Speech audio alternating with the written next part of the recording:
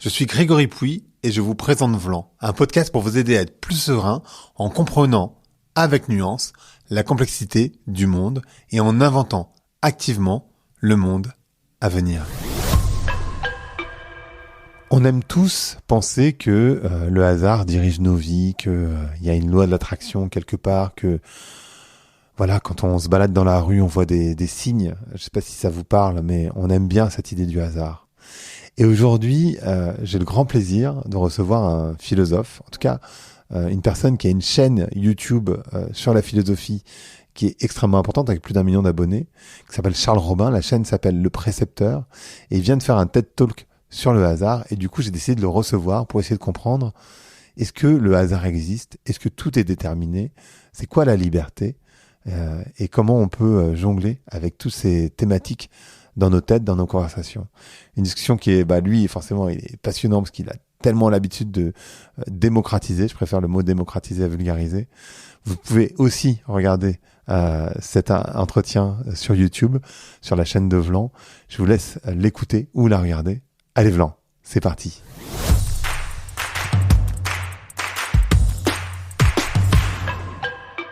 Donc bonjour à toutes, bonjour Charles. Salut Greg. Comment tu vas? Ça va, un petit peu fatigué, mais heureux d'être avec toi aujourd'hui dans cette émission. Parfait. Une émission qui est filmée aujourd'hui. Et voilà. Alors, on va parler du hasard. Tu viens de faire un TED Talk qui va être diffusé peut-être avant ou après cette vidéo, je ne sais pas. Le sujet, c'était le hasard. Parmi tous les sujets que tu traites, pourquoi tu as choisi de parler de hasard ? Parce que je me suis dit que j'allais faire une conférence devant des gens qui ne sont pas philosophes de formation. Et que c'est la difficulté quand on parle de vulgarisation de philosophie, c'est de trouver le bon angle pour intéresser suffisamment les gens qui ne font pas de philosophie ou même qui ne s'y intéressent pas. Et bon, moi je suis vulgarisateur de philosophie, donc mon travail c'est d'accrocher aussi les gens à partir d'un sujet qui peut leur parler, sur lequel ils peuvent avoir une opinion. Et le hasard, c'est un sujet qui revient très souvent. C'est-à-dire qu'il y a beaucoup de croyances sur le hasard, indépendamment d'ailleurs de nos conceptions philosophiques, mais tu sais, on entend souvent dire il n'y a pas de hasard. Derrière cette phrase, on entend souvent parler de synchronicité, de coïncidence qui finalement aurait du sens. Et moi, ça m'intéresse de parler de ce sujet-là, et ce que j'ai voulu faire, c'est proposer une approche rationnelle du hasard. Alors, proposer une approche rationnelle du hasard, ça veut dire expliquer la différence qu'il y a entre un hasard et la manière dont on perçoit le hasard. Pour montrer que finalement, le sens qu'on donne au hasard, c'est le sens qui nous concerne nous. C'est-à-dire, on va voir des signes, par exemple, des signes de l'univers dans tel ou tel événement, mais souvent, ce signe en dit plus sur nous, sur nos attentes, sur nos espoirs, sur notre manière de voir la vie, plutôt que sur l'événement en lui-même. Et donc, j'ai voulu faire connaître un auteur qui parle un peu de ça, qui s'appelle Spinoza. Et Spinoza disait il n'y a pas de hasard, mais pas parce que tout est écrit d'avance dans le grand livre du destin. Il n'y a pas de hasard parce que tout ce qui arrive est le résultat d'un enchaînement de causes et d'effets. C'est ce qu'on appelle le déterminisme. Et donc cette conférence sur le hasard, c'était un moyen détourné de faire connaître Spinoza, qui est quand même un auteur assez ardu. Je veux dire, l'expérience de lire Spinoza directement dans le texte, je la recommande à personne. C'est cascade qui doit être réalisée uniquement par les professionnels. Moi, je l'ai découvert quand j'étais à la fac de philo. Donc, on avait un prof qui nous aidait à comprendre. Mais même avec un prof qui nous aide à comprendre, c'est compliqué. Et donc, je me suis dit, mettre les gens sur la piste de Spinoza à travers une conférence qui n'a l'air de rien, puisqu'on parle du hasard, on parle des coïncidences, quelque chose d'assez léger finalement, je me suis dit que c'était une bonne occasion d'initier les gens à la philosophie. Un sujet qui est associé, c'est la loi de l'attraction, non ? Oui. D'une certaine manière. Oui, alors on peut graviter autour de pas mal de notions qui sont de l'ordre de l'ésotérisme, qui sont de l'ordre du développement personnel aussi. C'est-à-dire des choses qui ne sont pas directement liées à la philosophie, mais qui peuvent être des passerelles vers la philosophie. Je fais partie de ceux qui ne dénigrent pas l'ésotérisme, le développement personnel et même la spiritualité en général, parce que je trouve que ça peut être des voies d'accès à la philosophie. Après, je trouve que parfois, il y a une certaine tendance dans ce qu'on appelle la spiritualité, à rester un peu à la surface des choses, c'est-à-dire à la surface de la croyance. Et moi, j'aime bien qu'on mette la croyance à l'épreuve de la raison, à l'épreuve de l'esprit critique, Tu vois, l'exemple du hasard, je trouve, s'y prête très bien parce que l'exemple que j'ai donné dans ma conférence, c'est de me placer devant mon audience et de leur dire, bah, figurez-vous que le dernier livre que j'ai lu était un roman de Michel Houellebecq. En espérant évidemment qu'il y ait des gens qui soient dans la même situation que moi et qui se disent, incroyable, moi aussi. Et en fait, pas incroyable du tout. Parce que bah, Michel Houellebecq, c'est l'un des auteurs les plus lus en France. Donc en fait, j'ai fait jouer les probabilités. Et parfois, on ne se rend pas compte que les probabilités sont suffisantes pour expliquer les coïncidences extraordinaires. Enfin bref, là je m'écarte un peu de la question. Non, pas du tout, parce qu'en fait, je trouve que c'est hyper intéressant, parce qu'en ce moment, dans une période qui est chaotique, on a envie, on a besoin d'espoir. Ouais. Et quand on voit des choses, par exemple, moi, un truc que j'adore, quand ça m'arrive, c'est, bon, et quand je suis en deux roues, en l'occurrence, et que je vois tous les feux passer au vert, je suis là, genre... Ouais. Là, ce que tu dis, tu vois ce que je veux c'est dire. exactement ce que m'a dit une personne qui assiste à la conférence d'hier, parce qu'elle avait l'impression que je dénigrais un petit peu la croyance dans les synchronicités, la croyance dans les coïncidences. Et je disais pas du tout. Moi-même, ça m'arrive très souvent d'essayer d'être attentif à ce que j'appelle les clins d'œil de la nature. Alors, je raconte souvent une anecdote qui date d'il y a quelques années. Alors, c'est une petite anecdote qui peut paraître insignifiante, mais qui avait du sens pour moi. Parce que je pense qu'en fait, ce qui compte, c'est le sens que ça a pour nous. Une coïncidence, souvent, quand on la raconte aux autres, ils vont dire, ouais, bon, ok, il s'est passé ça, mais il n'y a rien d'extraordinaire. En fait, la question, c'est pas de savoir si c'était extraordinaire, c'est la question de savoir qu'est-ce que ça a provoqué en nous, qu'est-ce que ça a mobilisé en nous, et en quoi l'interprétation qu'on en fait peut nous aider. Il y a quelques années, j'étais dans une période où j'avais réussi à trouver une sorte de paix intérieure, de calme intérieur. Ça faisait suite à ma lecture d'Eckhart Tolle, Le pouvoir du moment présent. Ouais, bien sûr. Qu'au départ, vraiment, j'avais une vision assez négative de ce genre de livre, que je trouvais des livres comme ça, un peu simplistes, pas très intellectuels, pas très intéressants conceptuellement. Bah, c'était une erreur de ma part. Parce que quand je l'ai lu, je me suis rendu compte que ce gars mettait des mots sur quelque chose de très vrai. C'est-à-dire sur le fait que on est très rarement présent. On est très rarement attentif à ce qui se passe au présent. Et donc, j'étais dans ce processus, de présence. Et à un moment donné, un événement de vie a fait que j'en suis sorti. Et donc, je recommençais à tomber dans mes vieux travers, c'est-à-dire de m'agacer des choses, au lieu de simplement profiter et de me dire, en réalité, il n'y a pas de problème. Si j'observe la situation telle qu'elle est, si je suis attentif au moment présent, il n'y a aucun problème. Donc j'étais dans les embouteillages en train de m'agacer parce que ça avançait pas. Et à ce moment-là, je me suis dit, Charles, pourquoi tu t'énerves ? Prends une moto. C'est un bon argument. Je me suis dit, ça fait des mois là que tu es calme, que tu es apaisé, et là, tu t'énerves pour rien.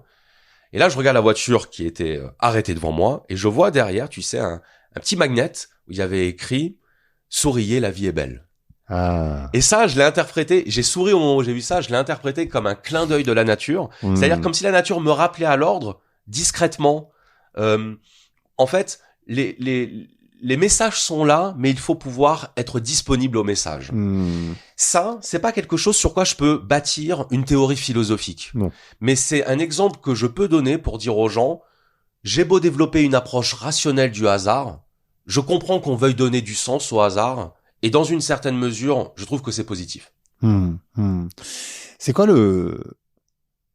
ce que nous apprend Spinoza, justement sur le hasard? Parce qu'avant, c'est un peu le sujet, quoi. Donc, du coup, on va creuser dans Spinoza. Avec plaisir. Alors. Moi, je suis pas du tout un expert, je suis complètement un noob.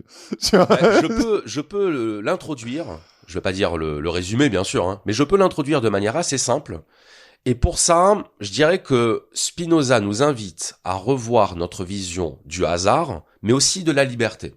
Parce qu'en fait, ces deux phénomènes peuvent s'expliquer de la même manière. Spinoza nous dit que quand on pense que les choses arrivent par hasard, en fait, ça veut dire qu'on ignore pourquoi elles sont arrivées. Je m'explique. Tu vas te balader dans la rue, tu vas tomber sur un vieil ami que tu n'avais pas vu depuis 30 ans. Tu vas dire, mais c'est incroyable ce hasard, on s'est pas vu depuis 30 ans, et puis là, tout à coup, on se croise comme ça, au détour d'une rue, alors que peut-être que cet ami n'habite même pas dans cette ville.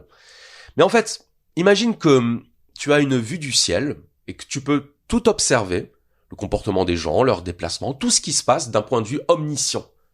Ce que Spinoza appellerait le point de vue de Dieu. Et en fait, tu comprends qu'à un moment donné, il va y avoir une intersection de deux événements. Tu vois, toujours cette idée de probabilité qui fait qu'à un moment donné, les événements s'entrecroisent. Et si tu as cette vue surplombante au-dessus de la réalité, eh bien, tu t'aperçois que ce qui arrive devait arriver, dans le sens où c'est juste le résultat de cet enchaînement de causes et d'effets dont je parlais tout à l'heure. L'effet domino, en quelque sorte. Un domino ne doit pas être surpris de tomber, parce qu'en fait, sa chute est le résultat de la chute du précédent. Bien sûr. Bah, si on imagine qu'on est tous des dominos, finalement, quand on tombe, quand on chute, c'est à cause du domino qu'il y avait derrière nous, quoi, tout simplement. C'est pas par hasard. Et c'est la même chose avec la liberté. Spinoza nous dit, on croit être libre parce qu'on ignore ce qui nous pousse à agir comme on agit. Ou parce qu'on ignore ce qui nous pousse à penser comme on pense. Mais tu sais, des fois, quand on dit « je suis libre de penser ce que je veux », bah non. Parce que ce que tu penses, en réalité, tu ne le choisis pas. Tu le subis plus que tu ne le choisis. Après, tu es libre de tes actes dans la mesure où personne ne te contraint à agir de telle ou telle façon. Mais les choix que tu fais, Spinoza nous dit, ces choix-là sont déterminés. Bien sûr. Donc ta volonté est déterminée, ton désir est déterminé. L'exemple que j'ai pris dans mon épisode sur Spinoza, le premier que j'ai fait sur ma chaîne, Le Précepteur, c'est l'exemple du yaourt. Tu es en train de regarder un film, à un moment donné, il y a une coupure publicité, le film reprend et puis, sans savoir pourquoi, tu vas vers ton frigo et tu prends un yaourt et puis tu continues à regarder ton film. À ce moment-là, tu t'es dit, bah, j'ai pris mon yaourt parce que j'en avais envie. C'est moi qui l'ai choisi, c'est moi qui ai pris cette décision de me lever et d'aller le chercher.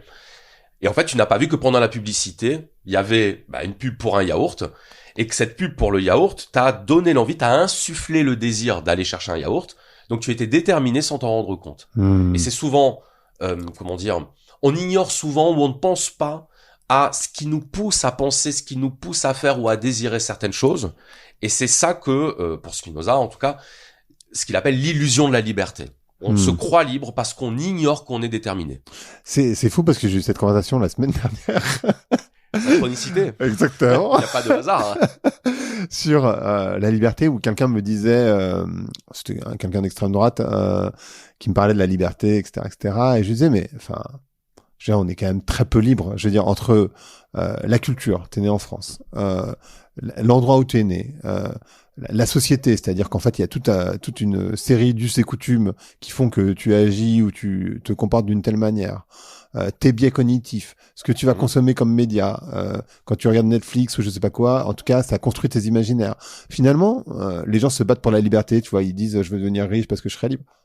Non, mais jamais, enfin, la liberté que tu as, elle est quand même extrêmement faible. Alors peut-être que je suis un disciple de Spinoza sans le savoir, mais pour moi, la liberté, elle est très réduite. Disons qu'il y a ce que tu dis là, tu es peut-être effectivement un spinozien sans le savoir, et comme il y a des gens qui sont des stoïciens sans le savoir, par exemple, ou des utilitaristes sans le savoir, on peut faire une première distinction assez simple à comprendre entre la liberté matérielle et la liberté spirituelle. La liberté matérielle, c'est ce que certains associent à la liberté financière. Autrement dit, si j'ai les moyens matériels de faire ce que je veux, je suis libre. Et c'est pas totalement aberrant, parce que c'est vrai que plus on est pauvre, moins on est libre matériellement, parce qu'on n'est pas libre de partir en voyage, par exemple, de faire des cadeaux à ses proches. Il est évident que on veut le meilleur pour nos enfants, donc si on n'a pas les moyens, par exemple, de leur payer des études alors qu'on sait qu'ils seraient en capacité de le faire, il y a une privation de liberté quand même. Donc ça existe, le plus ou moins de liberté matérielle. Mais il y a aussi la liberté qu'on peut appeler spirituelle ou même intellectuelle. C'est plus d'ailleurs la liberté que défendaient les stoïciens. Et pour eux, cette liberté-là, elle est liée à la conscience. Et quand je dis la conscience, je veux dire par là la compréhension de ce qui arrive, la compréhension de pourquoi les choses sont comme elles sont. Parce qu'en réalité, quand tu comprends pourquoi les choses sont comme elles sont, tu l'acceptes. Alors, je dis pas que tu l'acceptes au sens où tu te dis c'est très bien et puis je fais avec. Non, tu peux combattre. Tu peux décider de changer les choses. Mais tu acceptes l'état de fait que tu constates pour ensuite pouvoir éventuellement le modifier. Mais il y a beaucoup de gens qui sont malheureux et donc qui ne sont pas libres parce qu'ils se battent contre des murs. Le mur de la réalité, parce qu'ils sont dans le déni, parce qu'ils sont dans l'incompréhension, parce qu'ils sont dans le rejet de la responsabilité. Tu sais, des gens, par exemple, qui vont échouer à un moment de leur vie, ça nous arrive tous, hein, l'échec n'est pas inné, hein, c'est quelque chose qui arrive, plus ou moins. Se dire, j'ai échoué pour telle ou telle raison qui viennent de moi, qui sont de ma responsabilité, c'est être un peu plus libre que de considérer que c'est toujours la faute des autres, que c'est la faute de nos parents, que c'est la faute de notre mère, que c'est la faute de la société, que c'est la faute de pas de chance, tu vois.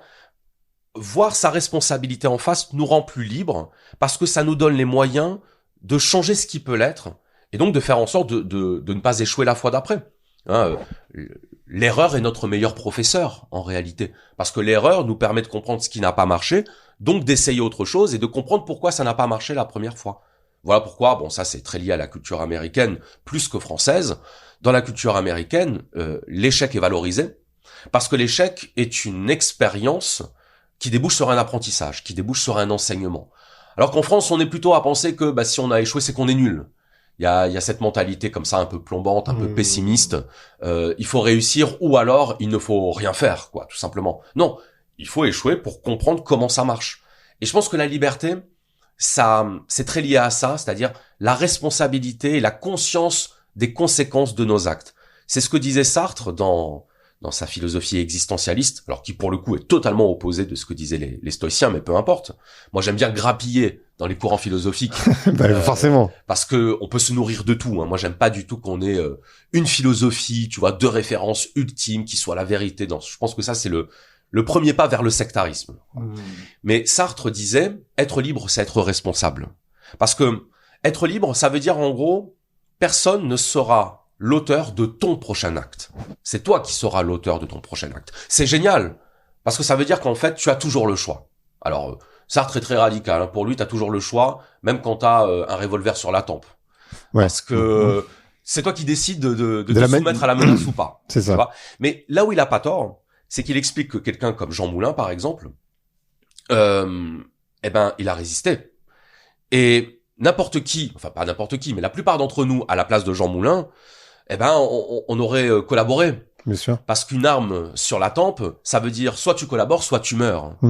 Et Jean Moulin est la preuve qu'on a toujours le choix, parce que même dans un cas aussi extrême de contrainte, tu vois, de menaces qui pèsent sur ta vie, tu peux quand même faire le choix de dire non. Tu vois. Donc, ne pas choisir est encore un choix. On a toujours le choix, même quand on a l'impression qu'on est contraint. Ça me fait penser dans la série d'Edgar Tolle, aux accords Toltec, tu sais. Ouais, j'ai fait un épisode là-dessus d'ailleurs sur les accords Toltec, ouais. Parce que en fait, ça me fait penser à ça, parce qu'il dit, tu vois, il y a ce truc de pas prendre les choses personnellement, de prendre de la distance, etc. Et tu te dis, c'est joli, mais c'est très dur en pratique. C'est hyper dur en pratique. Et c'est très dur de convaincre les gens d'adhérer uniquement par des arguments. Je pense qu'il y a beaucoup d'idées philosophiques qui ne se comprennent que quand on les vit dans sa chair. Tu vois, par exemple, j'ai fait un épisode sur ma chaîne sur Albert Camus et l'absurde. Et c'est très compliqué de parler de l'absurde parce que l'absurde, c'est une expérience qu'on fait ou qu'on ne fait pas. Se sentir comme ça face au néant de l'existence, au non-sens total.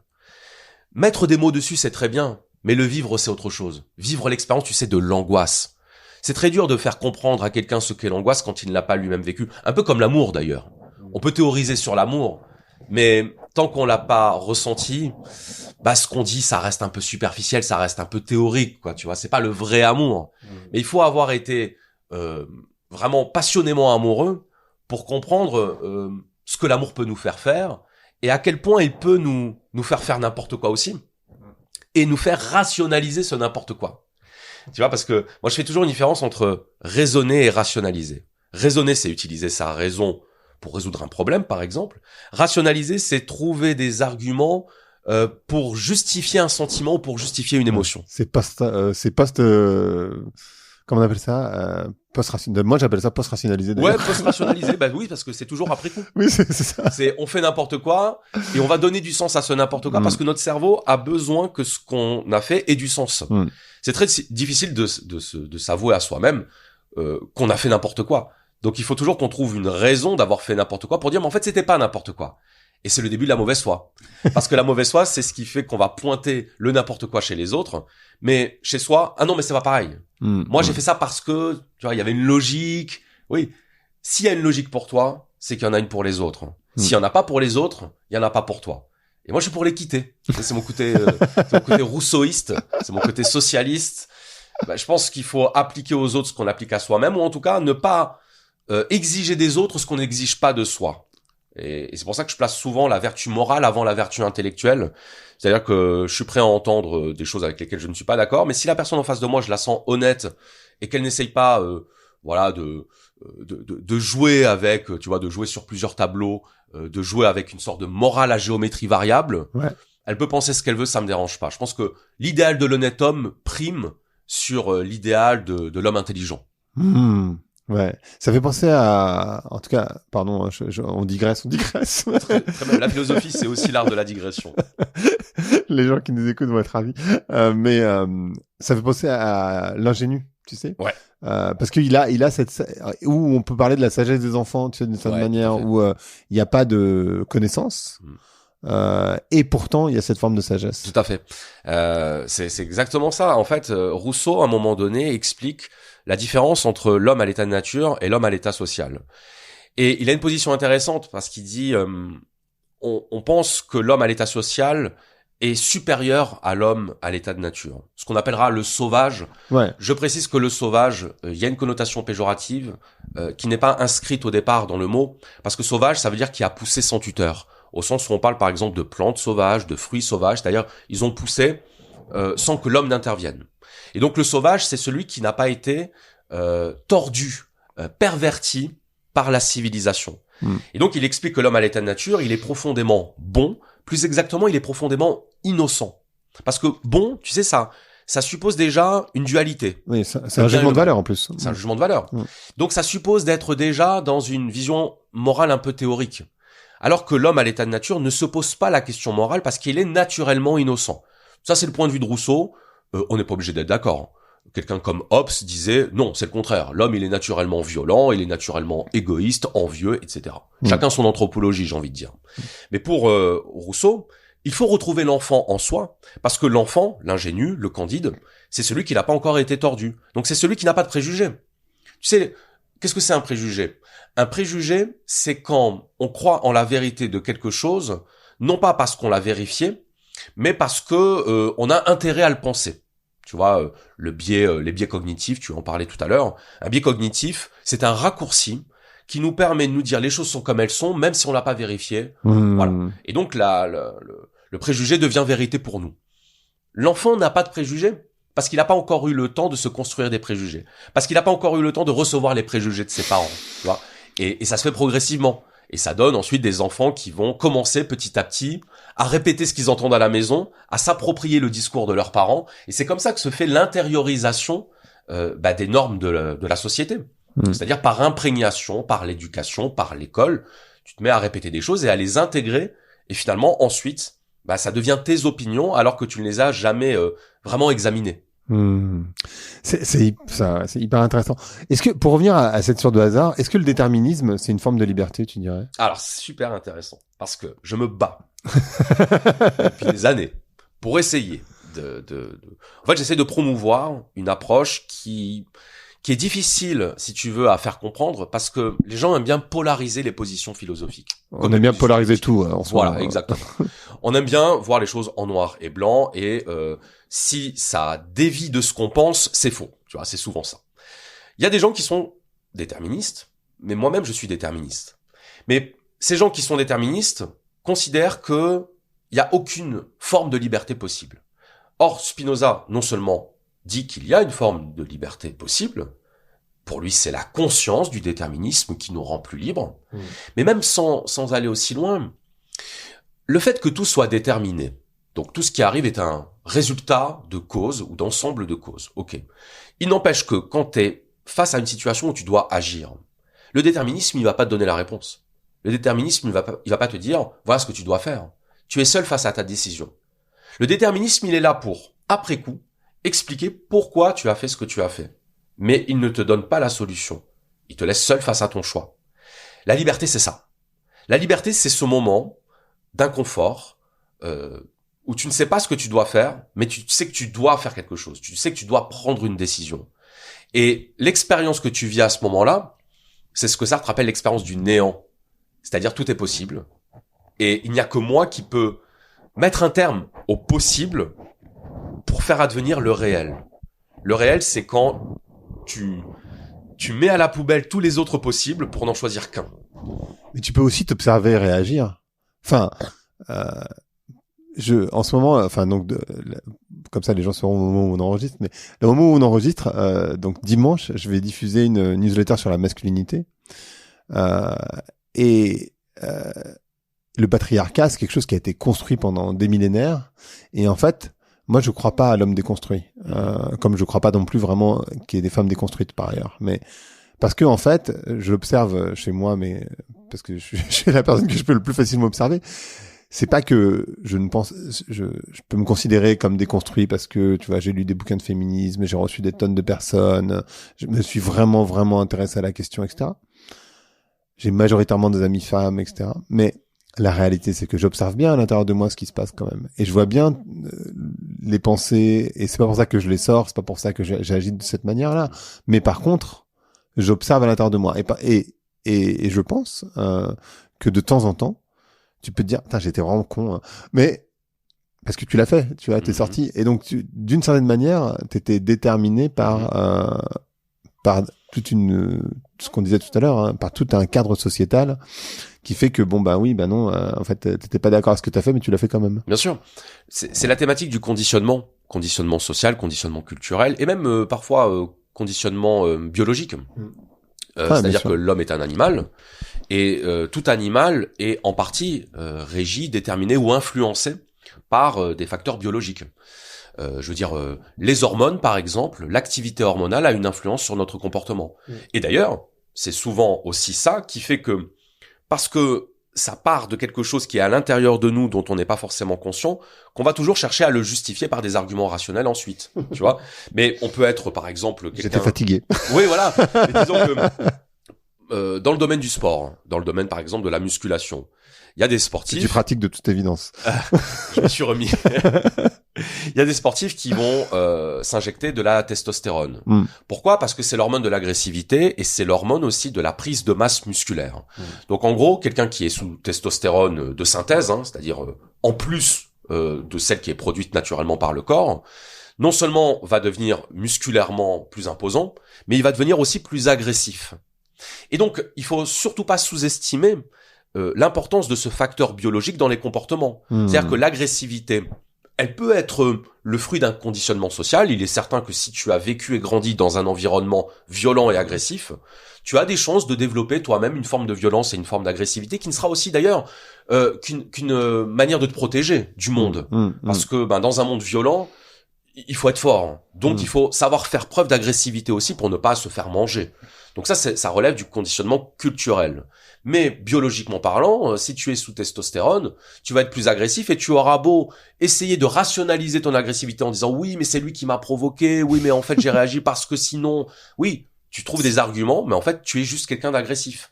Si tu en prends conscience, tu es déjà un peu plus libre parce que tu sais que ça risque d'arriver, donc tu sais que tu dois t'en prémunir ou que tu peux en tout cas t'en prémunir et c'est ça qui te rend plus libre. Donc le conditionnement, c'est une thématique que moi j'adore explorer, parce que ça nous met face à l'ignorance de ce que nous sommes et de pourquoi nous sommes ce que nous sommes. C'est très difficile en fait d'avoir le recul et l'honnêteté sur soi, de se dire c'est vrai, je suis comme ça, ou j'ai été comme ça, je me suis comporté comme ça, si on ne veut pas essentialiser la personne, parce que si, parce que ça, parce que conditionnement, et je ne m'en rends pas compte. Mais déjà dire je ne m'en rends pas compte, c'est une manière de s'en rendre compte. Ouais, bien sûr. Parce que c'est une manière de l'admettre. Oui. Et c'est déjà pas mal. Tu sais, des fois dans les conflits, on va reprocher à la personne de mal se comporter vis-à-vis de nous. Et ce qui va le plus nous énerver, c'est pas son comportement, c'est le fait qu'elle le nie. Le fait qu'elle dit c'est pas vrai. Comme si on inventait, comme si on affabulait. Si la personne se met à dire t'as peut-être raison, mais je m'en rends pas compte. C'est déjà agréable d'entendre ça. Ça procure un soulagement de se dire c'est le début de la prise de conscience. Même quand elle dit je ne m'en rends pas compte. Parce que ça veut dire que déjà elle entend l'information. Et je pense qu'on doit être, en tout cas c'est l'attitude que je promeus, attentif et à l'écoute de ce qu'on nous dit. De ce qu'on nous dit sur ce qu'on est. Parce que peut-être que la personne projette sur nous ce qu'elle est elle-même, mais peut-être que dans sa projection, il y a une information qui est vraie, qui est réelle, qui correspond à une partie de ce que nous sommes et que c'est bien de l'entendre. En tout cas, si on essaye de cheminer vers une amélioration de soi. J'ai noté les petites questions. Hein. J'ai préparé ma petite discussion avec toi. Du coup, je suis en train de réfléchir à quelle est la question que je vais te poser, parce que comme on a pas mal divergé, faut que je revienne Vas-y. dans mes questions. Mais en même temps, enfin, une question que je me pose quand je t'écoute, je me dis bon, on peut avoir la capacité de prendre du recul sur ce qui se passe. Un autre truc, et parce que je pensais à toi dans la voiture et dans les bouchons, aussi comprendre que l'autre ne le fait pas contre toi spécifiquement. Ouais. Alors c'est très loin du hasard, pardon, parce que j'ai complètement dérivé. Ça me fait penser à l'accord Toltec, par contre, de pas prendre les choses personnellement, qui est, pour moi, l'enseignement des 4 accords Toltec qui m'a le plus marqué. Alors, faut savoir que j'ai fait un épisode sur les 4 accords Toltec parce que cet enseignement-là me semble absolument crucial et, en même temps, comme souvent d'ailleurs, totalement négligé. Totalement mis de côté. C'est souvent l'essentiel qu'on met de côté. Ah ouais, moi c'est celui que j'ai le plus retenu aussi. Ah, toi aussi? Ouais. Oh bah tu vois, ça nous fait un point commun parce que le hasard. Les autres sont pertinents, mais celui-là je le trouve particulièrement pertinent parce que ça correspond à un mécanisme qui est assez généralisé dans la population de prendre les choses personnellement. Prendre les choses personnellement, ça veut dire par exemple que tu prends ta voiture, pour reprendre cet exemple, j'adore. J'ai passé beaucoup de temps en voiture, donc j'ai souvent des exemples qui se passent en voiture. Pas de problème.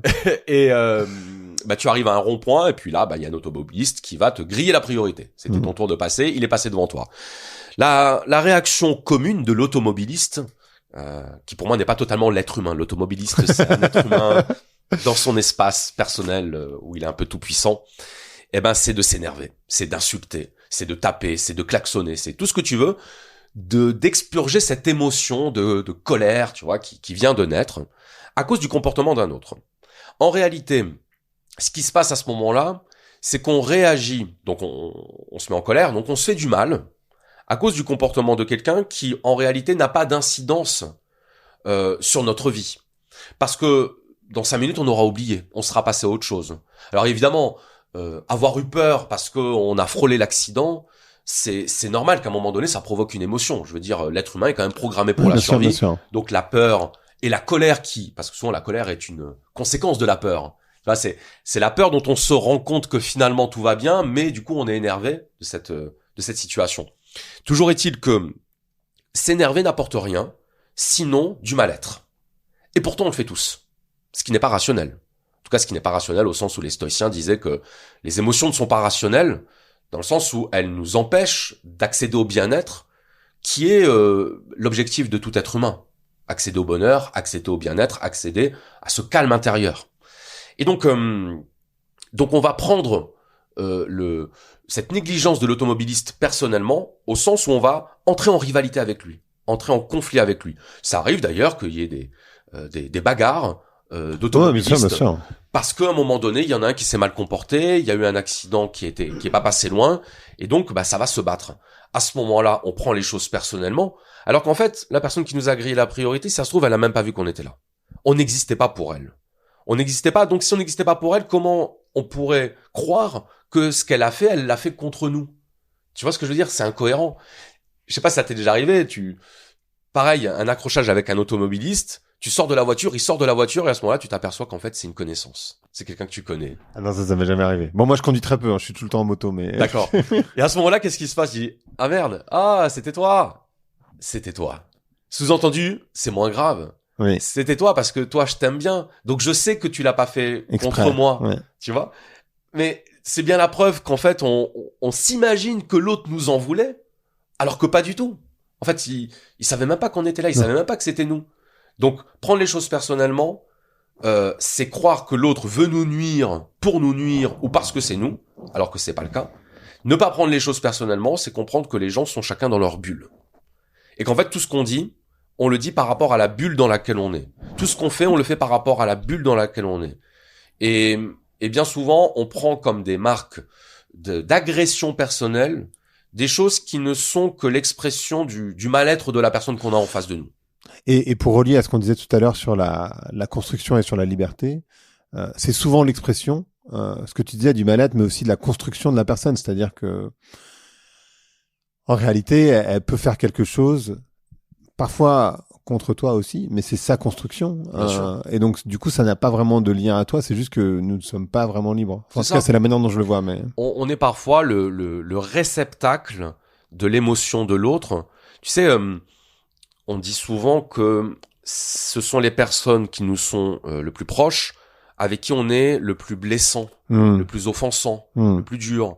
Pourquoi ? Parce qu'on passe beaucoup de temps ensemble et qu'à un moment donné, quand on a une émotion, on va la déverser sur la personne qui est avec nous à ce moment-là. C'est souvent le conjoint ou c'est souvent l'ami proche. Il n'y a pas de hasard. Il n'y a pas de hasard, mais il y a une forte probabilité que ça tombe sur toi si tu partages la vie de quelqu'un. Si cette personne à un moment donné est en colère, c'est toi qui vas recevoir sa colère. Donc il y a ce côté déversoir de l'émotion où à ce moment-là, je trouve que c'est important de comprendre et de se dire, c'est pas contre nous. Cette colère qui se déverse, c'est un trop-plein d'émotions qui a besoin de se vider et qui ne peut se vider qu'avec la personne qui est là, que la personne qui partage ta vie. Et c'est faire preuve d'amour, justement, on en parlait, que d'accepter ça. Alors attention, pas d'accepter que la personne nous pourrisse alors qu'on n'a rien fait, mais de supporter ce petit moment, tu vois, d'expression de l'émotion qui va permettre de vider. Tu sais, émotion, le mot est intéressant étymologiquement parce qu'il est lié au mouvement. Émotion, ça vient de movere, qui a donné to move en anglais. Movere, c'est mettre en mouvement, et motion, c'est le mouvement aussi. Donc émotion, c'est le mouvement de l'âme. Tu vois, c'est cette idée de une force en nous qui s'exprime et qui a besoin de s'extérioriser. C'est pour ça que souvent les artistes sont des hypersensibles et des hyper-émotifs, parce qu'il y a une grande mobilité dans leurs états d'âme, tu vois. Ils sont souvent aussi des gens un peu, tu sais, sensibles aux humeurs. Tu vois, ils vont être de telle ou telle humeur, il va y avoir un ascenseur émotionnel chez eux. Bon, cette émotion, parfois, elle a besoin de sortir, elle a besoin de s'extérioriser, et il faut le comprendre, parce qu'on est des êtres humains et qu'on a tous des émotions. Est-ce qu'on peut forcer le destin ? Est-ce qu'on peut forcer le hasard, selon toi ? Je donne souvent cette différence entre le déterminisme et le fatalisme. Le fataliste, c'est quelqu'un qui se dit tout ce qui va arriver était prévu. Donc quelque part, j'ai rien à faire, j'ai juste à attendre. Le fataliste qui pense que le destin va lui faire rencontrer l'âme sœur, il risque d'être déçu parce que l'âme sœur a peu de chances de frapper à sa porte. Le déterministe, ça peut arriver, hein. Ça peut arriver. On sait jamais. Ça peut arriver, bien sûr, ça peut arriver, mais ça arrive souvent au cinéma. Le facteur. Voilà, le facteur, c'est ça, exactement. Ou la voisine qui a besoin de farine. Exactement. Voilà. Le déterministe, c'est celui qui se dit, ce qui va arriver arrivera parce que ça devait arriver, mais je participe. Je participe, c'est-à-dire que si je veux rencontrer l'âme sœur, je vais provoquer la rencontre. Donc je vais peut-être sortir dans la rue, sortir dans un bar, aller à la bibliothèque, aller au devant de l'autre. Donc tu vas pas forcer le destin en faisant ça, mais tu vas participer, tu vas contribuer à son advenu. Et c'est souvent ça que je dis aux gens qui sont ultra déterministes, c'est le déterminisme a besoin de vous. Il a besoin que vous agissiez pour que les choses arrivent. Quand on dit par exemple, écoute, je laisse faire, si ça doit se faire, ça se fera. Oui, mais ça a plus de chances de se faire si tu fais quelque chose dans le sens de la réalisation plutôt que si tu attends simplement. Trop miser sur le destin, trop miser sur le fait que l'univers va faire les choses à notre place, je pense que c'est surtout le meilleur moyen d'être déçu. Parce que souvent on attend de l'univers des choses qui demandent en fait, qui réclament qu'on y participe un petit peu. Est-ce que c'est pas une forme de lâcheté aussi Sartre parlerait de lâcheté parce que pour lui la lâcheté, c'est le fait de ne pas être conscient de notre liberté, donc de notre pouvoir d'agir. Le fait de se reposer sur ce qu'il appelle des excuses déterministes, c'est-à-dire en gros, ce qui devait arriver, ce qui est arrivé devait arriver, et donc quelque part, je n'y pouvais rien. Tu sais, c'est ce fameux « j'y pouvais rien ». Chez les enfants, c'est pas ma faute. Pour lui, c'est de la lâcheté, effectivement, parce que ça consiste à être passif face à l'existence. Et que il y a une manière d'envisager l'existence qui parfois consiste à renoncer, consiste à abandonner avant même d'avoir commencé, et consiste à justifier notre inaction par le fait que de toute façon, il y aurait eu quelque chose qui nous aurait empêché au dernier moment. Et ça peut relever aussi justement du conditionnement lié à l'enfance et à l'éducation, ou aux expériences de la vie, tu sais, qui font que quand on a rencontré beaucoup d'échecs ou beaucoup de déceptions, ça arrive souvent en amour, eh ben on va se protéger de futures déceptions en sabotant la relation ou en n'allant pas au-devant des autres.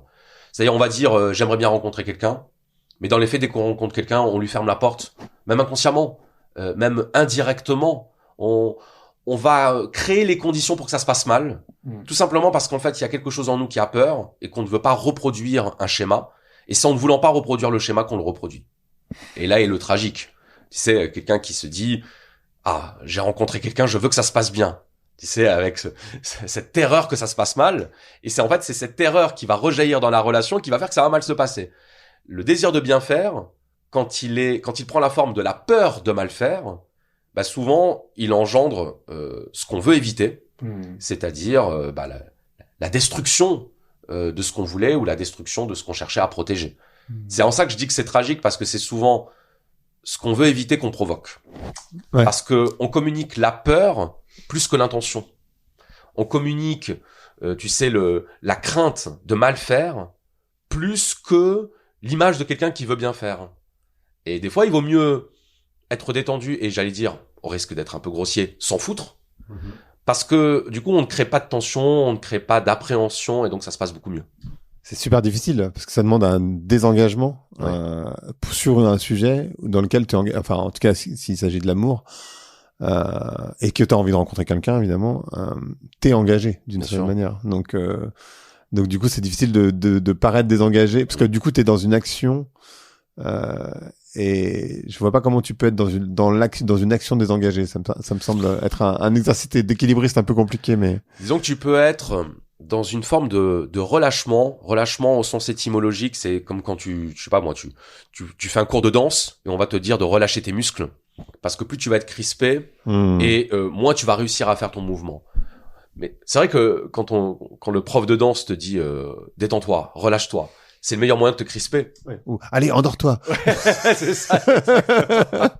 C'est l'injonction contradictoire. Il y a une incohérence entre ce qu'on te demande et l'état dans lequel ça te met qu'on te le demande. Mais toujours est-il que dans une relation amoureuse, il y a, tu vois, moi j'aime bien cette image du curseur. Il y a plus ou moins de pression mise sur les épaules de l'autre ou mise sur ses propres épaules. Je veux dire par là que quand quelqu'un est stressé par la relation au point que ce qu'il véhicule comme sentiment à l'autre, ce n'est plus de l'amour, mais c'est le stress que la relation se passe mal, malheureusement, il condamne sa relation à l'échec parce que il ne transmet que du négatif. C'est pas la faute de la personne dans le sens où voilà, on n'est pas des robots, on n'est pas des machines, on peut pas mettre off sur le bouton des émotions et sur le bouton de la peur. Mais on peut en prendre conscience, j'en reviens toujours à ça, prendre conscience qu'effectivement, on est un peu dans le stress, on est un peu dans l'anxiété, qu'on le communique malgré nous, et essayer de travailler là-dessus et sans trop le faire subir à l'autre. C'est marrant ce que tu dis par rapport au fait du hasard et du déterminisme. J'ai tendance aussi à penser que si tu ne fais pas les choses, il va rien se passer. Mais après, il y a aussi ton regard. C'est-à-dire qu'en fait, je vais prendre un exemple basique qui ne concerne ni l'un ni l'autre, aux femmes enceintes qui commencent d'un coup à avoir que des femmes enceintes. Tu vois, il y a aussi ce truc, tu fais, attends, c'est fou, c'est un pur hasard, mais j'ai croisé X femmes enceintes. Et en fait, il n'y a pas de hasard. C'est juste qu'il y a aussi ta capacité à te concentrer sur des éléments qui te touchent directement. Complètement. Hier, quand j'ai fait ma conférence TEDx, j'ai entendu prononcer le syndrome de la voiture rouge. Je connaissais pas cette expression, donc visiblement ça existe. Le syndrome de la voiture rouge, c'est tu t'achètes une voiture rouge ou tu t'achètes une voiture de tel modèle et tout à coup, de plus en plus rare. Les gens n'achètent plus de voitures rouges. Oui. Mais... Pareil d'ailleurs que tu payes plus cher ton assurance si t'as une voiture rouge que si t'as une voiture noire ou blanche, parce que c'est associé à une conduite à risque. C'est quand même assez incroyable. Mais peut-être qu'il y a une vérité statistique derrière ça. On en revient aussi aux statistiques, en plus des probas. Toujours est-il que on va souvent percevoir soit ce qui nous concerne, soit ce qui nous intéresse. Donc on va avoir l'impression qu'il y a des femmes enceintes. Moi, ça me l'a fait effectivement quand j'ai eu mon enfant. Je voyais des parents avec des poussettes partout. Forcément. Tu vois ? Mais non, en fait, il y en avait pas plus qu'avant. C'est juste que là, je le remarquais. Et ça, je trouve que c'est intéressant philosophiquement parce que ça prouve que la réalité, elle est souvent liée au mode de perception avec lequel on envisage la réalité. Autrement dit, je vais le dire de manière plus simple, on voit, on remarque ce qui nous intéresse et du coup, c'est ça qui constitue notre réalité. La réalité dans laquelle on vit, c'est la réalité de la perception qu'on a de la réalité et cette perception, elle est influencée par des facteurs qui ne sont pas du tout objectifs, qui sont des facteurs personnels, subjectifs, liés à l'émotion, à la sensibilité, à l'affect. Donc on va être plus sensible à telle ou telle chose. Et ce que j'aime bien dire, c'est toutes les informations sont autour de nous, mais notre regard ne va aller que vers certaines informations. Si on faisait cette expérience qu'on ne fait jamais, de faire un trajet à pied pendant 10 minutes et de tout observer, on va s'apercevoir qu'il y a des choses qu'on n'avait jamais vues. Je parlais hier avec un speaker, il disait, je prends toujours la même route le matin, et un jour, j'étais concentré sur ce qu'il y avait autour de moi, et j'ai vu qu'il y avait un château. Et j'avais jamais vu qu'il y avait un château. Incroyable. Une bonne manière de le faire, pour ceux qui nous écoutent, et peut-être pour toi, je sais pas, c'est que si tu décides de faire de la photo, t'as un regard qui est très différent sur ton chemin et sur la route que si tu ne fais pas de photo. Parce que quand tu décides de faire de la photo, tu es à la recherche d'éléments qui sont intéressants. Ouais. Et par définition, tu vas pas du tout regarder les choses de la même manière. Ah, c'est super intéressant. J'avais jamais pensé à ça, justement parce que je pense que je ne suis pas photographe, donc j'ai pas eu ce réflexe. Mais c'est exactement ça. C'est exactement ça. Quand tu es disponible aux choses et présent aux choses, tu vas voir des choses que tu n'avais jamais vues. Et pas forcément des choses incroyables, mais par contre des choses significatives. Et c'est vraiment la différence, pour moi, elle est importante. Parce que j'en reviens à ce que je disais tout à l'heure. Tu vas raconter un événement qui pour toi a été extraordinaire, une coïncidence extraordinaire ou un signe extraordinaire. Tu vas le raconter aux autres. Tu sais, c'est comme quand tu racontes tes rêves, ils vont dire ouais, ok, super. Pas très intéressant ton histoire. Non, parce que ce qui est intéressant dans l'histoire, c'est la manière dont tu l'as vécu, c'est en quoi ça fait écho à des choses, en quoi ça résonne avec des choses qui sont en toi. Et quand on observe le monde autour de soi avec les yeux de la disponibilité, avec les yeux de l'attention, on va voir que la nature est pleine de messages, parce qu'elle est pleine d'informations qui à un moment donné vont avoir du sens pour nous. Parce qu'en fait, j'étais en train de réfléchir aux gens qui nous écoutent, qui sont fans de hasard et de loi voilà, d'attractivité. Je me disais, ils vont être déçus. Ouais. Et je me disais, mais est-ce qu'il n'y a pas quelque chose aussi qui est intéressant, qui est que tu te dis, je vais laisser le hasard faire, mais en fait, un peu malgré toi, un peu de manière inconsciente, tu vas agir dans le sens que tu veux que les choses arrivent. C'est-à-dire, enfin, j'en sais rien. Admettons, tu veux rencontrer quelqu'un pour rester sur la thématique de l'amour, parce que tu nous as beaucoup parlé. Et tu vas laisser le hasard faire, mais en réalité, tu vas prêter un peu plus attention aux personnes autour de toi. Ouais. Et du coup, il y a plus vraiment de hasard, parce que la personne, elle peut regarder, elle peut voir que tu l'as regardé, etc., etc. Et du coup, ça peut générer un lien. Oui, c'est toute la problématique de qu'est-ce qu'on fait consciemment et qu'est-ce qu'on fait inconsciemment. On peut, par exemple, pour rencontrer l'âme sœur, s'inscrire sur une application de rencontre. D'ailleurs, il y a des applications de rencontre qui sont spécialisées dans l'art de sélectionner les partenaires avec lesquels tu pourrais avoir de la compatibilité. Après, c'est toujours pareil. On y croit, on n'y croit pas. On peut vouloir la compatibilité comme on peut vouloir quelqu'un de totalement différent de nous, hein, parce que les algorithmes peuvent éventuellement repérer des compatibilités ou en tout cas des affinités, mais pas forcément ce qui fait qu'une relation amoureuse est une relation amoureuse, c'est-à-dire ce je ne sais quoi qui fait qu'il y a une alchimie. Bon, mais si on met ça de côté, on peut opter pour le hasard. Donc le hasard, ça veut dire on va laisser la rencontre avoir lieu, on va laisser les choses se faire. Mais il n'empêche que laisser les choses se faire, ça veut pas dire ne rien faire. Parce qu'on va quand même aller dans certains lieux, on va fréquenter certains endroits, on va sortir avec tels amis qui vont déjà un peu prédéfinir le résultat. Dans le sens où, si tu vas en boîte de nuit, tu vas peut-être pas rencontrer la même personne que si tu étais allé dans une exposition, dans un musée ou donc il y a déjà une sorte de présélection qui s'opère dans le choix que tu fais, qui n'est pas totalement au hasard. Et effectivement, des fois, il y a des choses qui arrivent dont on peut se demander si on ne les a pas provoquées inconsciemment ou subconsciemment, comme si une force agissait en nous dont on ne voulait pas avoir conscience. Moi, je pense qu'il y a des personnes, par exemple, qui peuvent se blesser en bricolant, parce que c'est une manière pour elle, inconsciemment, de pouvoir se reposer. C'est-à-dire, tu t'es blessé, du coup, arrêt de travail, du coup, repos. T'avais besoin de repos. Je dis pas que c'est ce qui arrive à chaque fois, et de toute façon, c'est pas prouvable ce que je suis en train de dire. Je dis que c'est intéressant de se poser la question, de savoir en quoi une maladresse peut être le contraire d'une maladresse. Tu sais, ce que Freud appelle l'acte manqué. L'acte manqué, c'est quand tu fais quelque chose que tu n'as pas voulu faire, mais qu'en réalité, ça avait du sens pour ton inconscient. Ton acte manqué, en fait, il est réussi du point de vue de l'inconscient. Moi, par exemple, si ce matin, je n'avais pas entendu le réveil pour venir à ton émission, ça aurait pu vouloir dire que je n'avais pas du tout envie de passer à ton émission. Potentiellement. Donc, je me serais dit, merde, j'ai raté le réveil, j'ai raté l'émission. Mais en fait, mon inconscient aurait été satisfait en se disant, bah oui, mais ton inconscient ne voulait pas y aller. Bon, il se trouve que je suis là. Donc, du coup, heureusement, mon inconscient était d'accord. Mais des fois, on peut faire des choses dont on n'a pas la signification, dont on pense que c'est dû au hasard, dont on pense que c'est dû à la malchance. Et ça peut avoir un sens beaucoup plus profond. Pour peu qu'on soit sensible, qu'on soit réceptif à toute cette vision qui repose sur l'inconscient, cette vision psychanalytique. Peut-être que parmi nos auditeurs, il y a des lecteurs de Jung, parce que Jung est à la fois un disciple de Freud, ouais, bien sûr. Donc psychologie des profondeurs, psychanalyse, mais en même temps quelqu'un qui a conceptualisé la synchronicité. Donc je veux dire, pour quelqu'un comme Jung, il n'y a pas de... En fait, il n'y a pas d'incompatibilité entre une vision rationnelle et une vision plus mystique.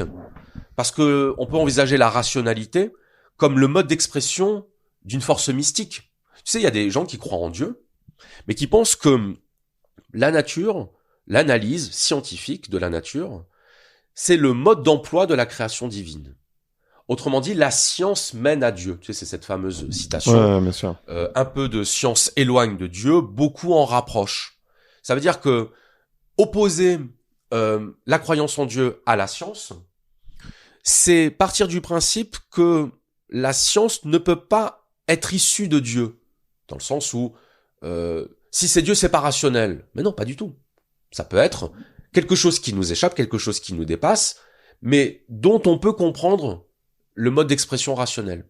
C'est un peu technique ce que je dis. Non. Je veux simplement dire qu'on n'est pas obligé d'opposer les deux. Et d'ailleurs, chez les scientifiques, les grands mathématiciens, astrophysiciens, etc., il y a une croyance dans quelque chose de supérieur. On observe, tu vois.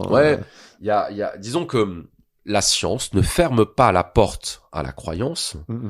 La science peut être le dévoilement du sens, ou en tout cas le dévoilement du fonctionnement, plus que du sens d'ailleurs, de ce qui échappe à la compréhension.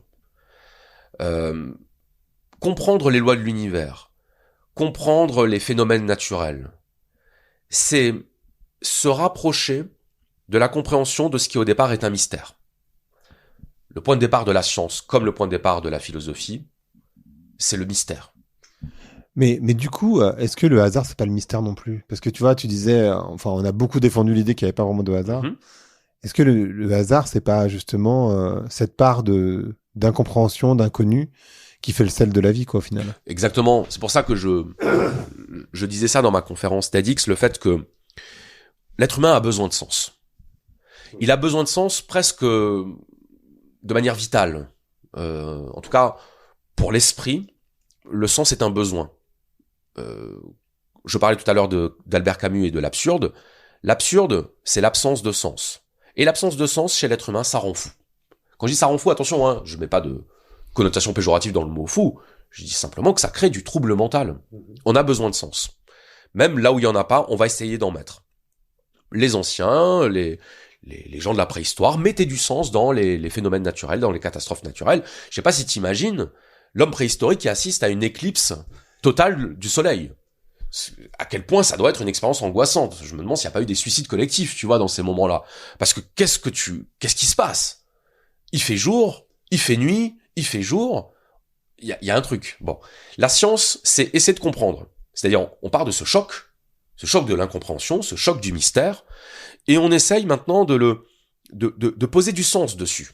Mettre du sens. Donc au départ, on va attribuer ça à des divinités, puis ensuite la science va prendre le relais pour essayer de trouver des explications qui ne soient pas elles-mêmes aussi mystérieuses que le phénomène qu'elles sont censées expliquer. Tu vois, mais c'est ce paradoxe que j'aime bien souligner, c'est que on dit souvent oui, dans l'Antiquité, les divinités, tout ça, c'était n'importe quoi, c'était de la croyance. Oui, mais il y a une recherche de sens, parce que mettre une divinité, c'est essayer de comprendre le pourquoi. Alors oui, on n'avait pas les connaissances qu'on a aujourd'hui, mais on voulait mettre du sens, on voulait essayer de comprendre ce qui se passait. Donc il a fallu ça pour qu'on en arrive ensuite à la science. Mais sauf que des fois, la science échoue dans le fait de donner du sens aux choses, et l'être humain a ce besoin viscéral, je pense, ancré en lui, que les choses aient un sens. Et parfois, donner du sens au hasard, c'est nécessaire. C'est nécessaire ne serait-ce que pour avoir de l'espoir, ou que pour se dire qu'on n'est pas seul, ou pour se dire qu'on n'est pas fou. Il faut essayer de donner du sens aux choses. Moi, j'ai vraiment envie d'insister sur le fait qu'il ne faut pas opposer une approche rationnelle, c'est-à-dire scientifique, lié à l'observation, lié à la science. Non, faut pas l'opposer à la recherche de sens, qui peut parfois ne pas être du tout rationnel, ne pas être du tout scientifique, mais ça a quand même de la valeur. Une question que j'aurais dû te poser depuis le début, mais je l'ai pas fait, mais on va revenir, on le fait à l'envers, mais c'est pas très grave. Pourquoi t'as décidé de te lancer sur YouTube à l'origine et de parler de philosophie? Alors ça, c'est une bonne question, parce que quelque chose en moi a pris la décision à ma place. Le hasard. Donc ça fait écho, le fait que tu poses la question maintenant. Du coup ma réponse a du sens après tout ce qu'on a dit. C'est-à-dire qu'un jour, j'étais chez moi, il était environ 1h du matin, et je ne sais pas pourquoi, j'ai eu envie de parler de Schopenhauer. Schopenhauer, la métaphysique, le sexe. Parce que c'est un sujet chez Schopenhauer. Il explique en fait que le désir sexuel est une manifestation de ce qu'il appelle la volonté du monde. Et la volonté, c'est cette force irrationnelle, cette pulsion de vie qui anime le monde. Et j'ai été vraiment captivé quand j'ai découvert ce texte, et un jour, j'ai voulu en parler, sans savoir pourquoi, sans savoir à quoi ça allait mener. Et donc, j'ai enregistré un épisode totalement improvisé sur Schopenhauer, la métaphysique, le sexe, que j'ai mis en ligne. Et je me suis rendu compte que ça avait vachement plu aux gens. Mais je veux dire, t'avais pas de chaîne YouTube? Alors si, j'avais une chaîne YouTube sur laquelle je faisais de l'analyse de philosophie politique et de questions de société. C'était sans grande prétention, mais à un moment donné, j'ai voulu parler de philosophie, et donc j'ai fait cette vidéo sur Schopenhauer que j'ai mise sur cette chaîne YouTube, et qui a vraiment beaucoup plu, beaucoup intéressé. Les gens ont commencé à me demander d'en refaire. Donc j'en ai refait une sur Nietzsche, disciple de Schopenhauer. J'en ai refait une autre sur Platon. J'en ai fait une autre sur le stoïcisme. Et c'est comme ça que ça a pris. Et c'est comme ça que ça s'est fait. Mais au départ, si t'écoutes mon premier épisode, que ce soit sur Schopenhauer ou sur le stoïcisme, sur ma chaîne, tu vas voir une différence avec mes épisodes récents. C'est-à-dire que, bon, déjà, le micro, j'en parle même pas. C'était un micro-ordinateur HP. Moi, j'ai commencé avec un micro-cravate branché sur mon téléphone. Donc oui, j'ai vu ça. Ça, c'était mon deuxième micro, tu vois. C'était déjà une évolution professionnelle. Le petit micro-cravate à 15 € qui frotte et qui grésille. Mon propos était totalement improvisé. C'est-à-dire que je ne savais même pas de quoi j'allais parler quand quand j'ai lancé l'enregistrement. Vraiment, j'ai assisté à ma propre improvisation. Et progressivement, j'en ai fait d'autres. Et donc, en faisant d'autres, je me suis dit, bon, Charles, fais quand même attention, parce que à force de vouloir que improviser, tu vas finir par dire premièrement des choses que tu as déjà dites, parce qu'on a toujours tendance à se reposer sur les acquis. Bien sûr. Et en plus, tu risques de dire des choses pas très intéressantes en réalité. Être banal. Voilà. Donc il va falloir commencer un petit peu à structurer tout ça. Donc au départ, j'ai commencé à réfléchir à ce que j'allais dire. Première étape. Deuxième étape, à faire un plan. Troisième étape, à écrire des parties. Dernière étape, à scripter. Et maintenant, j'en suis au stade où je scripte, mais j'adore faire ça. Parce que je me nourris aussi de l'écriture. J'adore l'écriture. Mais c'est la meilleure manière d'apprendre, non? Exactement. J'ai dit un jour dans une FAQ que mon travail sur ma chaîne YouTube et sur mon podcast était très égoïste. Parce qu'en fait, je faisais mes épisodes plus pour moi, pour comprendre ce que j'avais lu, plus que pour l'expliquer. Mais je suis totalement d'accord. Voilà. Et c'est très efficace comme moyen, parce que quand tu essayes de formuler les choses de sorte à les comprendre, c'est le meilleur moyen pour que les autres les comprennent aussi. Et moi, je pars toujours du principe que je suis un individu normal, que je m'adresse à des individus normaux, Donc je me positionne pas comme le professeur qui fait la leçon à ses élèves, je me positionne pas comme l'adulte qui parle à des enfants, je me positionne comme un gars normal qui parle à des gens normaux de choses qu'il juge intéressantes. Donc moi, ce dont j'en parle parce que je trouve ça intéressant. Et je me pose pas beaucoup plus de questions que ça. C'est-à-dire, ça m'intéresse, j'en parle. Et si ça intéresse les gens, tant mieux. Et si ça les intéresse pas, tant pis. De toute façon, je veux dire, il y a une palette tellement variée d'auteurs sur ma chaîne que tout le monde peut y trouver un petit peu son compte. Mais toujours est-il que mon critère, c'est de savoir si je trouve ça intéressant. Et souvent, ce critère est efficace parce que si tu trouves ça intéressant, eh ben les autres ont des chances de trouver ça intéressant. En tout cas, un certain nombre de personnes, quoi. Voilà. Donc c'est comme ça que la chaîne s'est créée. Moi, au départ, je suis professeur particulier de philosophie, français et même mathématiques sur la fin. Et ce qui m'intéressait, c'était la pédagogie. D'où le nom de ma chaîne, le précepteur. Parce que précepteur, c'est le nom qu'on donnait autrefois, tu sais, aux professeurs particuliers de l'époque, comme on disait que voilà, Aristote a été le précepteur d'Alexandre le Grand, c'est-à-dire son éducateur privé. Et donc moi, je voulais faire une chaîne de pédagogie au départ.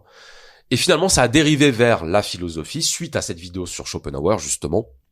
Et du coup, j'ai gardé le pseudo parce que je trouvais que c'était intéressant de se dire que chaque philosophe dont je parle est un peu le précepteur ponctuel de mon audience, de chacun d'entre nous. Et de toi-même. Et de moi-même. Parce qu'effectivement, à chaque fois que je lis un auteur ou que je le découvre ou que je le redécouvre, j'apprends des choses et je ne fais que partager ce que j'apprends et ce que je comprends.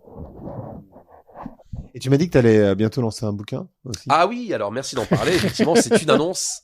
C'est une annonce. Je fais tout à l'envers. T'auras bien compris que, je sais pas, je me suis lancé sur ton TEDx et voilà. T'as bien fait parce que ça nous a fait pas mal explorer de choses intéressantes. Je sors un bouquin en septembre 2025 qui va s'appeler La philosophie, c'est pour vous aussi. Et alors, je suis très très fier de ce livre qui va sortir. Très enthousiaste déjà à l'idée qu'il soit en librairie parce que c'est un livre assez particulier dans la forme. Mon objectif, c'est de prouver aux gens que la philosophie, c'est fait pour tout le monde.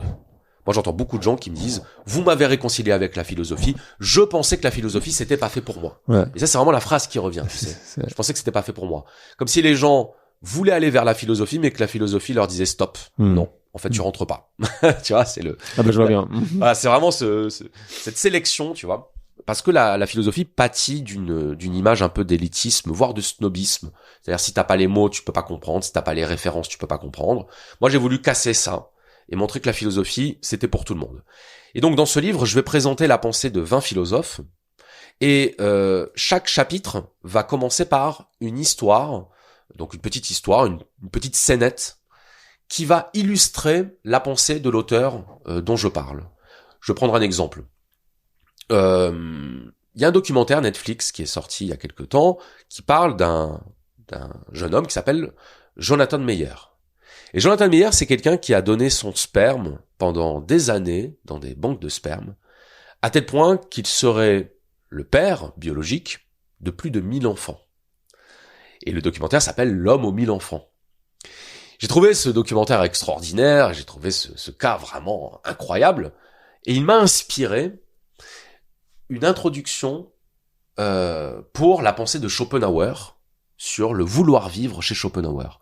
Parce que Schopenhauer nous explique que tous les êtres vivants sont programmés pour une chose qui est l'auto-perpétuation. En gros, tous les êtres vivants ont inscrit en eux le désir de se prolonger, de prolonger leur vie dans la vie de leur descendance. Si je devais le formuler de manière un peu comme ça, synthétique, avoir des enfants, c'est devenir immortel. Parce que c'est se propager au-delà de soi. Et ainsi de suite. Pour Schopenhauer, en fait, le vrai sens de la vie, c'est ça. Il n'y en a pas d'autre. C'est se perpétuer, tout simplement. Et je trouvais que ce Jonathan Meyer était une illustration parfaite de ce concept. Parce que lui, il était vraiment animé par le vouloir vivre. Il est allé très loin. Se propager. Et d'ailleurs, quand tu écoutes son discours, bah, il explique qu'il trouve ça très bien d'avoir des enfants sur tous les continents. Il y a presque un désir biologique de colonisation là derrière, quoi, tu vois. C'est le fait de vraiment être partout sur Terre. Pire qu'Elon Musk. Oui, exactement. Et donc, j'ai trouvé amusant d'introduire à la pensée de Schopenhauer, qui n'est pas une pensée si simple que ça, à travers l'exemple de Jonathan Meyer. Et je fais ça pour les 20 auteurs dont je parle. Par exemple, j'explique Descartes et le je pense donc je suis de Descartes à travers l'exemple de Raymond, chauffeur routier. Je doute d'ailleurs.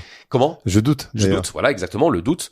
Raymond, chauffeur routier, qui en allant en direction l'entrepôt au volant de son camion, passe à côté de la Manche, de la mer, et il voit un cargo en lévitation au-dessus de l'eau. Et là, il comprend pas ce qui se passe, parce que les cargos flottent sur l'eau, pas au-dessus de l'eau. Il s'arrête, il comprend pas. Alors, il est un peu âgé, donc il a pas le réflexe de prendre une photo avec son smartphone. Il allume la radio, il comprend pas ce qu'il a vu. Et en fait, il n'ose pas en parler. Et en fait, ce que Raymond ne sait pas, c'est qu'il a assisté à ce qu'on appelle un mirage froid. Et un mirage froid, alors je vais peut-être me tromper dans l'explication, mais c'est quand les couches d'air supérieures sont plus froides que les couches d'air inférieures, et ça nous donne l'impression de voir des objets en lévitation. Tout le monde connaît le pendant inverse, c'est-à-dire le mirage chaud, c'est quand t'as l'impression de voir des taches d'eau sur la route quand il fait un grand soleil, quand ça chauffe. Ben là, c'est le mirage froid. Okay. Et en fait, c'est une illusion d'optique. Et il se trouve que Descartes commence sa réflexion dans le discours de la méthode par parler de toutes les fausses croyances qu'il a accumulées depuis son enfance et de toutes les défaillances de la connaissance dont une grande partie provient des illusions sensorielles. Et lui-même donne un exemple totalement comparable à celui du cargo. Il donne l'exemple d'un bâton qu'on plonge dans l'eau et qui, si on le regarde à la surface, apparaît courbé. Effectivement, c'est un phénomène physique lié à la déviation de la lumière. Et bien donc j'ai expliqué Descartes et comment Descartes en arrive à je pense donc je suis à travers l'exemple de Raymond et du mirage froid. Pourquoi c'est important et en quoi la philosophie peut nous aider? Moi je vois un retour hyper fort de la philosophie, que ce soit sur Instagram, sur YouTube, un peu partout. Et je me dis tiens, c'est intéressant, pourquoi il y a un tel retour vers la philosophie dans cette période très complexe? Bah justement peut-être parce que on est dans une période complexe. La période Covid a énormément bousculé les esprits, bousculé les consciences sur qu'est-ce qui a du sens. Pendant des mois, on s'est retrouvé avec l'économie plus ou moins à l'arrêt et la prise de conscience qu'il y avait une vie en dehors de la routine et du travail et des impératifs, etc., etc. Alors pour certains, ça a été une période extrêmement compliquée parce que le confinement, c'est l'enfermement, c'est l'isolement. Et il faut avoir vécu l'isolement pour savoir à quel point c'est difficile à supporter. En revanche, il y a eu à ce moment-là aussi, souvent les choses négatives ont un pendant positif, prise de conscience du désir de sens. Et donc recherche de sens. Et la philosophie apporte du sens, ou en tout cas elle apporte des éléments de réflexion qui peuvent aboutir ensuite sur du sens.